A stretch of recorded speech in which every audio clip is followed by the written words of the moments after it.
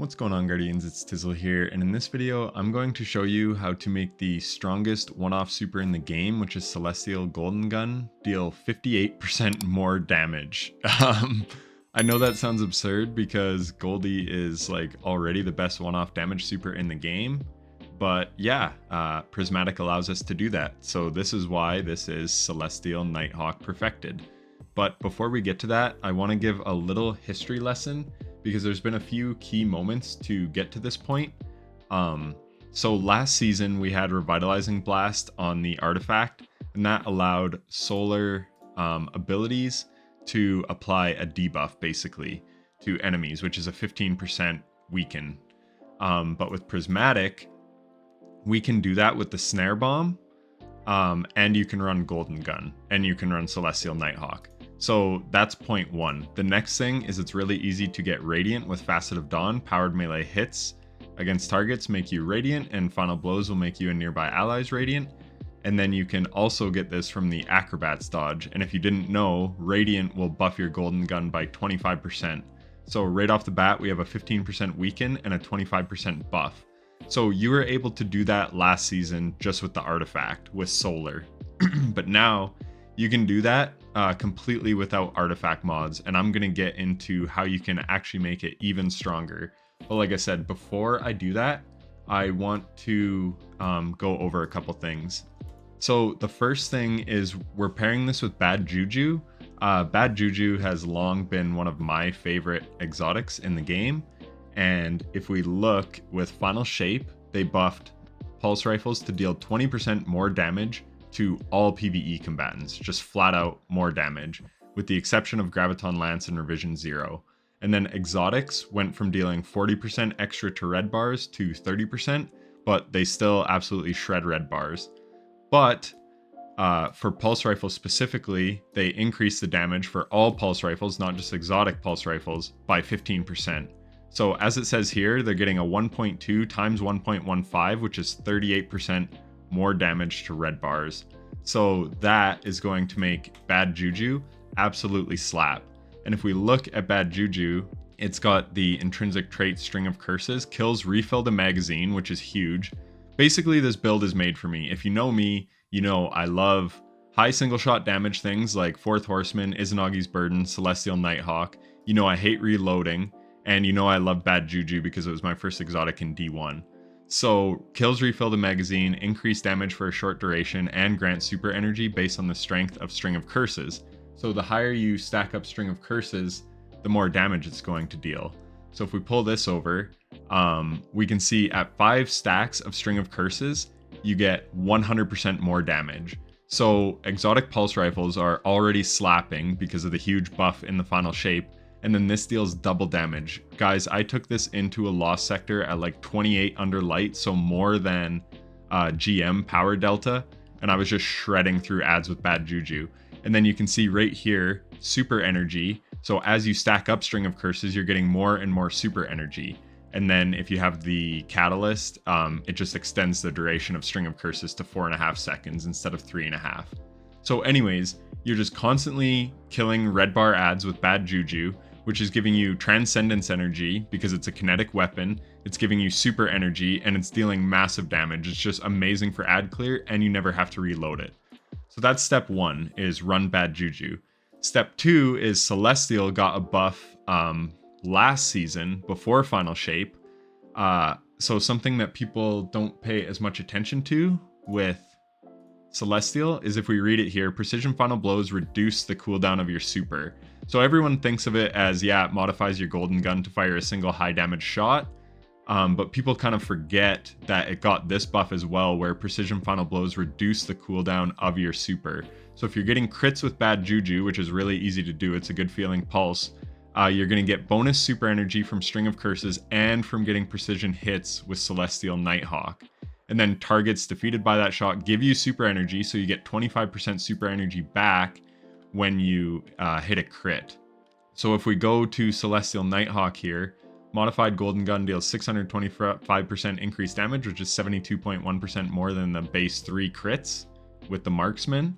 And then it refunds, sorry, did I say 25%? It refunds 33% super energy if you get a if you get a kill with your golden gun. And then the precision kills are 1.5% to 4.5% bonus super energy, depending on the enemy rank. So you're getting massive super energy for Celestial Golden Gun crits and for kills with bad juju.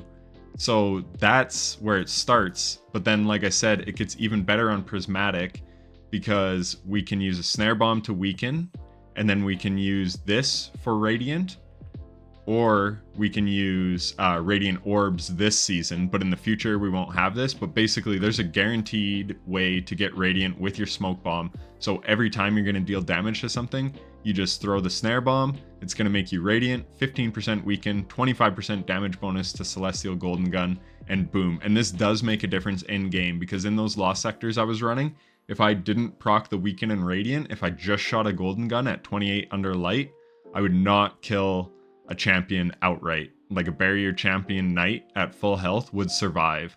But if you get that weaken and the radiant, it's going to die, even at a higher delta than GMs. So again, sorry this isn't really like a traditional build video. I just wanted to talk about everything that's stacking. But now I will go over the build, because there's one more damage increase that can make it even better than last season. So we have the 15% and the 25% from radiant and weaken. But then if we throw in Winter Shroud, this slows enemies, or a grapple tangle. If we deal damage to something with a grapple melee, we're going to unravel it. So these are a darkness debuff, and that brings us to Facet of Courage. Your arc, solar, and void abilities deal increased damage to targets afflicted with darkness debuffs. So unravel and slow are both darkness debuffs. And then that is a 10% damage increase, and this stacks with our Goldie damage. So if we look here at base, it hits for 564, 233. If this should say Transcendence, but if you pop Transcendence, you don't get a bonus damage to your super, so it's the same. Darkness debuff, so that's the Facet of Courage, that's 10%. Weaken is 15%. Radiant is 25%. The weakness and darkness does stack. I made sure to test that individually. So Facet of Courage and weaken are both kind of debuffs, but they do stack. Normally debuffs don't really stack. So that's a 26.5% damage debuff. And then if you times 25% from Radiant times 26.5, you get 58.1% more damage. So that's all the buffs. So you can take it from 564,233 damage on Carl to 892,193 damage on Carl. And you can do this on like any boss in the game. Some bosses might be hard to get close to slow. Like, again, this is completely soloable. If you're in a raid team setting with like 6 people and you have one Bleak Watcher Warlock just applying slow with their Bleak Watchers, then you don't even need to run Winter Shroud. You could run something else if you want. That's completely up to you. But again, I'm somewhat of a solo player, so I'm just looking at this from a purely solo perspective, and you can still get that damage buff just with the prismatic kit. So this is why Celestial is better than ever. So now I'll just quickly go over like what I like to run. So Golden Gun Marksman, obviously, I run Gambler's Dodge so that I can dodge near an enemy to get my smoke bomb back, but you could run Acrobat's Dodge as well. It just depends what you like.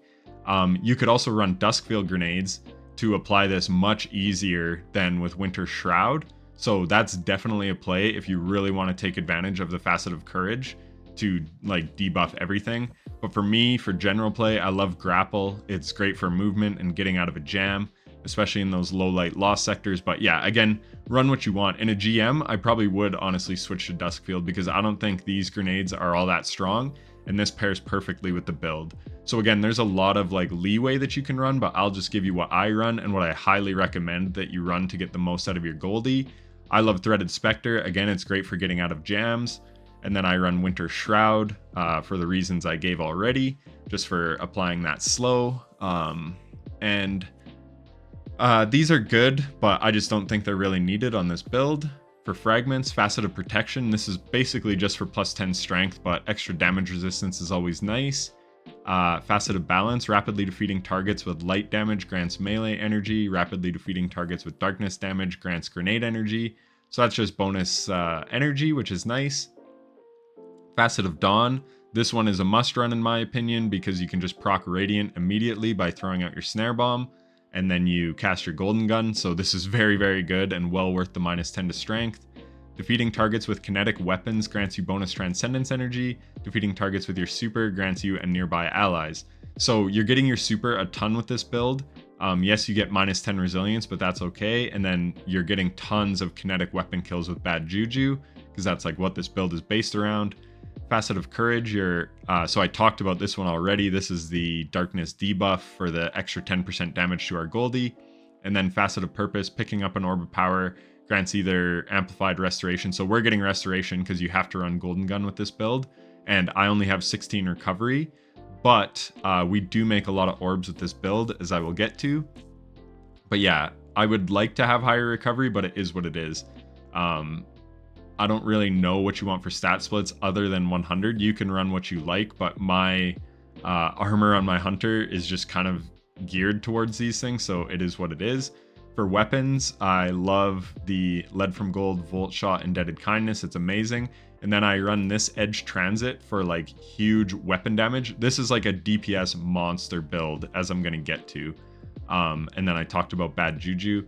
So on the helmet, Kinetic and Void Siphon. So this is helping us get even more Orbs of Power for even more super energy. And then Heavy Ammo Finder, because if you see, it says primary ammo weapon, especially exotic weapon final blows, help you find ammo more quickly. So we're shredding everything with bad juju, so we're going to proc Heavy Ammo Finder a lot. On this, I like Arc Loader for the Indebted Kindness to proc Volt Shot all the time, and then just Impact Induction and Momentum Transfer just to help out my abilities. Just the Rainbow of Resistance on the chest piece. And then here I run triple Void Surge, but you could also mix in like a Kinetic Weapon Surge for even more bad juju damage. If you're running a different heavy, like you can run literally whatever you want here. This was just a damage build. I'll show some gameplay of me and my friend Time Lord just like deleting Perseus in a 2-man on Spire the Watcher. And then Powerful Attraction to easily pick up orbs when we dodge. And then Time Dilation to extend our surges, and then just a Bomber mod. So it's a pretty like simple concept.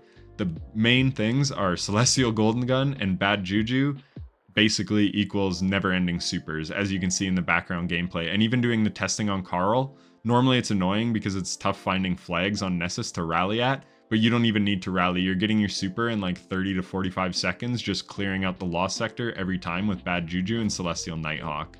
And then the artifact makes this even better. So we have Anti-Barrier Pulse, and this allows bad juju to be overcharged in any activity where that modifier is active, so it's dealing extra damage. Unstoppable Sidearm, so even though Arc Surge hasn't really been around in Final Shape, this is still overcharged because of Unstoppable, so that's really nice. And then there is a lot of Void Surge this season, so Edge Transit is absolutely cooking. Again, I took it into a Lost Sector more than GM Power Delta, and I was like one-stunning all the champions and killing them with Edge Transit. Because again, you can throw out Weaken, so this doesn't just work with Celestial Golden Gun. You throw a Weaken nade, or a Weaken melee onto a champion, it's going to debuff them and give you Radiant. And then if you have Void Surge going, that's an extra 22% damage with triple Void Surge. And you can also get Radiant from Radiant Orbs. And yeah, you just absolutely cook with Bait and Switch going. It's absurd. So back to these ones don't really matter. Elemental Siphon's all right. Rapid Final Blows with a Kinetic Weapon, or weapon matching your equipped super creates an elemental pickup that matches your equipped super. So I guess this would make a Fire Sprite. And then Void Hegemony, while you have Prismatic subclass, defeating weakened targets provides a small overshield. So again, we have Gambler's Dodge on, so we can get our melee back quickly. We throw a weakened melee, and then if we defeat those weakened targets, we're getting an overshield. Radiant Orbs, I already talked about, just an easy way to get Radiant. This one is not really relevant. There is no way for us to get amplified, so you could just straight up take that off. And then Expanding Abyss, Void sources deal increased damage to weakened targets. So my Void source is Edge Transit.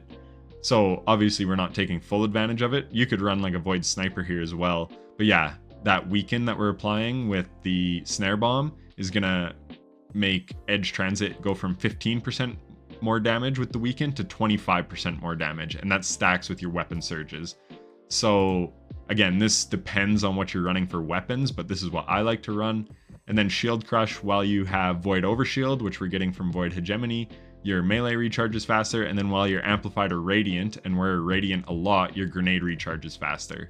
So you're still getting like really good ability cooldowns as well, plus all this extra damage. And yeah, this build is absolutely insane. I'm in love with it.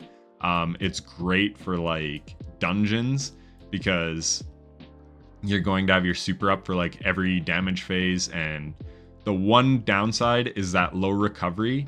So unless you're picking up orbs to get restoration from Facet of Purpose, that's the one thing. You do have to hide a lot to get your health back. But again, that's just a me issue because of the stat splits that I chose to have with my golden gun, because I basically just copy and pasted this golden gun armor from my solar one. And when I'm on solar, I run healing grenades and Ember of Empyrean. So I'm just extending resto. So I never needed recovery. Plus I have 36 recovery on this build, where with prismatic, I have one thing that's reducing my recovery, where on solar, I have one that's increasing recovery. Yeah, right there, Ember of Searing. So yeah, that's why my recovery is so low, but even still, it does not matter. Like I said, I was crushing lost sectors at a very high power delta, and this build was just doing absolute work. Being able to one-bang champions at that low light is crazy. And I'm just so glad Bad Juju is strong now and Celestial is strong now. It just feels so good because to me, these are like iconic exotic pieces in Destiny, so it's been really fun to make a build around them, and I just wanted to share that build with you guys. So anyways, I hope you liked it and found it helpful and informative, and if you did, then a like and subscription would be greatly appreciated. Definitely try this build out. It's probably my favorite prismatic build right now. Everyone's doing the like Liar's Handshake stuff, which is fine, but there's certain content where you can't really get that build rolling. Again, this is like high-end content because you're just going to die, where this one shines for like killing things at afar. Like this, you can kill things from very far away. Bad Juju is a pulse, so obviously it's got good range. So yeah, if you're looking for kind of more of a safe build that also has insane damage output and really good boss DPS, yeah, this is definitely the build for you. So for me, this is what you'll find me rocking. Oh, and somebody commented that they wanted to see my drip on these build videos. So very, very basic. This is just the Trials set with no shaders or nothing. And then just the Celestial Nighthawk with the, however you say that ornament, and Vintage Timber. So yeah, that's it for the build. And thanks for watching. Take care.